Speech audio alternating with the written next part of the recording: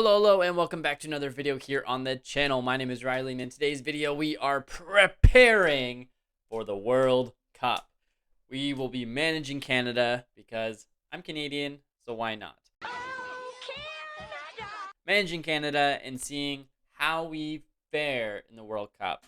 As you may or may not know, Canada has qualified for the World Cup. This is the second time in the men's team's history. The last time that the Canadian men's team had qualified for the World Cup was in 1986. So them qualifying for the 2022 World Cup ends a 36-year drought. So it's a big deal. It's a big deal. And unfortunately, in my opinion, the men actually have a tricky group for the most part. Playing Belgium, Croatia. Morocco could give you some issues, but I'm more worried about Belgium and Croatia. And in this video, we are playing Croatia. So I hope it goes well. You never know, but it should be fun. So we're going to just jump right in here and see how we fare. A lot of you may not know a lot about Canadian players, and I will be honest with you, I don't know that many either.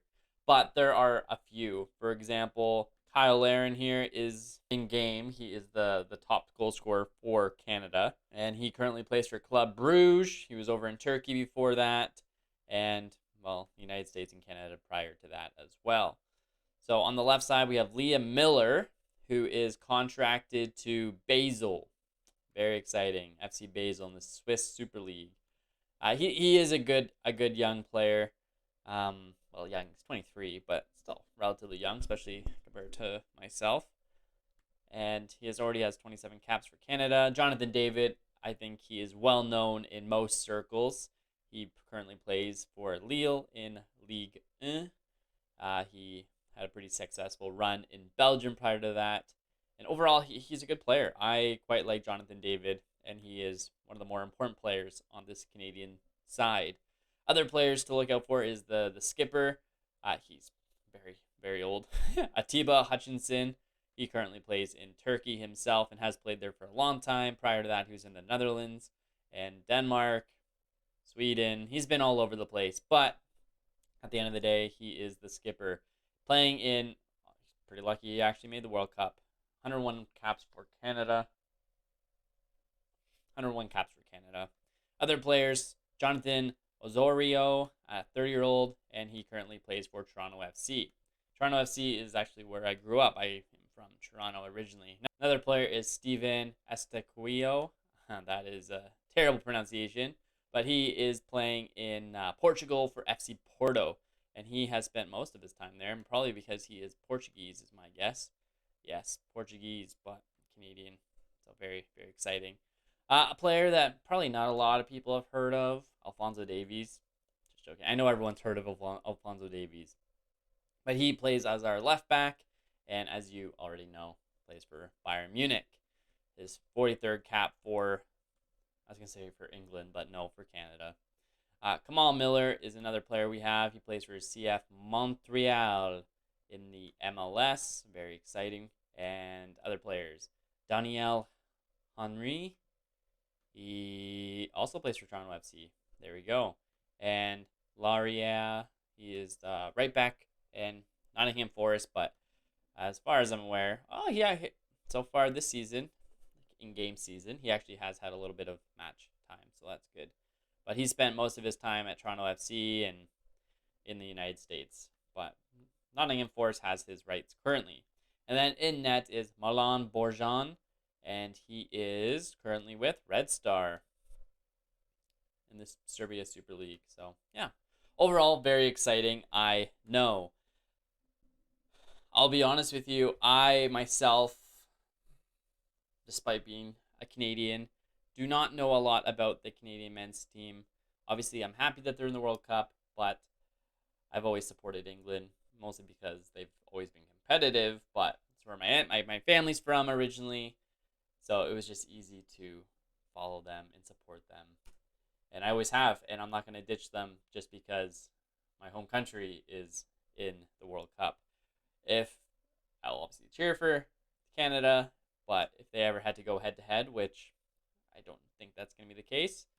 I would, which I know is a controversial take because a lot of people are like, well, you have to support your home country as your number one. It's like, well, yes, but I've never followed Canadian football until their World Cup qualifying run. So I'm not like I can jump on the bandwagon, I know, but yeah, that's just not my thing. I am very very determined, not determined, but loyal to the club or team or side that I always support. And it looks like Croatia had an offside there. They had an opportunity, but like I said, they were offside, so thank goodness for that. And so far, Croatia is dominating this match. They have all the possession. Well, actually, we've had quite a bit of possession, but we just have not had no shots. Here we go. That's a weird place for a free kick, but looks like we weren't able to utilize it, which is unfortunate. Laria to Henry, and then he gets it to Estequeo, whose name I butcher. Hutchinson to Millar, and then Jonathan David. Jonathan David, who could have been offside, but he does put it past the keeper. So let us wait and see what the ref decides here. Checking VAR, and goal disallowed. Dang. Well, at least we had an opportunity there, even if it was offside. I am curious, though, how offside this... Okay. Yeah, it's clear. It's offside. Okay. I get that. That was offside. That would have been the first shot on target, but unfortunately, it is not. That was a terrible ball, and I don't know why we got rid of it so quickly. Vardiol, who's a good player in FM, too. FM loves him. Brezic, Kramaric. Easy goal. Well, again, the point of the save is to see if I can get Canada out of the group stage. In real life, do I think it's something that could happen? Obviously, anything can happen. That's why I love sports. That's why I love football in particular. But I think realistically, the odds are not in our favor. But again, we will see what happens. We are down 1-0 here going into halftime against Croatia. We need Morocco to beat some teams, aka Belgium. I don't think that's going to happen. I want a better showing in the second half. I, I know expectations are low, but still, I need to put a little bit of pressure on the lads. They still need to win, look good, be successful, all that typical stuff. We still have not had a shot on target, though, so that is less than ideal. And yeah, so far this match has been meh. Jonathan David is tired. He wants to come off. Buchanan, sure, you can go on next. Pretty solid player. And honestly, Kyle Laren should probably come off here pretty soon too. He's doing jack squat. I could put Alphonso Davies up on there and then put a new left back on. Let's do that. Make Alphonso Davies a little bit more attacking. I'm all for that. Let's see if it makes a difference. We'll encourage them a little bit just to get them going. Okay. Not a whole lot of improvement. Well, nothing. Time is just running by, so let's switch things up here. Let's put Cavallini on instead of Kyle Laren. Hopefully that makes a difference. Because 10 minutes left and we've had one shot on target. And like Croatia, how many subs do I get? Ooh, do I get 5 subs? Ooh, didn't realize that. Did not realize that. I don't know who else to take off though. Laria maybe. Probably get just 5, right? That's my guess. Yeah, 5. That's fine. That's fine. All right, here we go. An opportunity, please. Oh my gosh, what kind of... Why do we keep getting free kicks? Henry, get the ball. Hutchinson to Miller. Henry to Estequio. There we go. Buchanan. There we go. Put it past him. Put it past. That was the chance. Terrible finish. Okay, let's see if we can encourage them a little bit more. Let's see. Let's go tempo. Raise it up super high. And go. Go. Dang it. Just like that, we go down 1-0.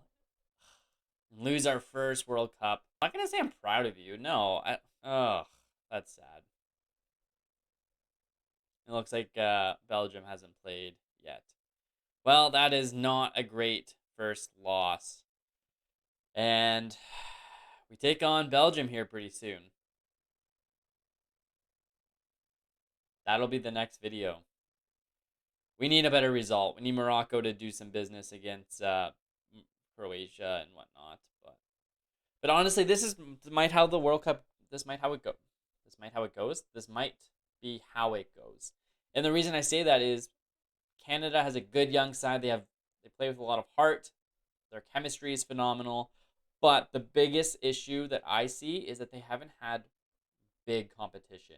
Playing against the likes of the US, Mexico, whatever, like that's fine. Panama, Croatia, not Croatia, Costa Rica, sure. But playing against Belgium, Croatia, teams that historically do well and have big name players, and not even like counting the whole big competition aspect of it, it's gonna put a lot of pressure on the boys, and it's gonna be tricky. It'll be interesting to see how they adapt to it, but so far not good.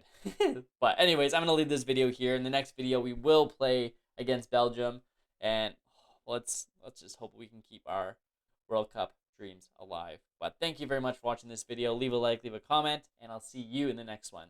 Bye bye.